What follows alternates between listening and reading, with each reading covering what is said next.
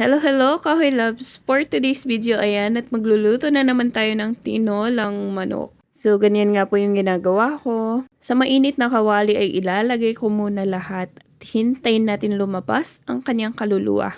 So, ayun, hihintayin natin magmantika at saka natin igigisa sa sarili niyang mantika. Charot. Inuna ko na ngang ihulog ang luya at pag medyo lumabas na yung kanyang kaluluwa, isusunod na natin ang bawang at sibuyas.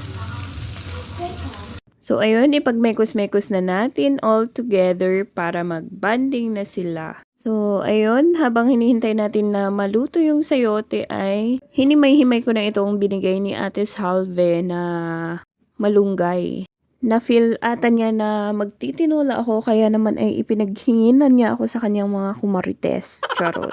Pagkatapos kong ihulog yung sayote ay naglagay na pala ako ng water kaya lang hindi na natin napakita dahil nakat na pala.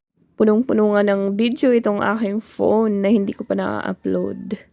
Pagkatapos nga natin maging chef, ayan, at natulong na naman po tayo dito sa may gawaan. Ayun nga, at kinahaponan ay dumating itong small but terrible na ating ka-family na master din pala sa pagtitistis at estudyante ni Ventura.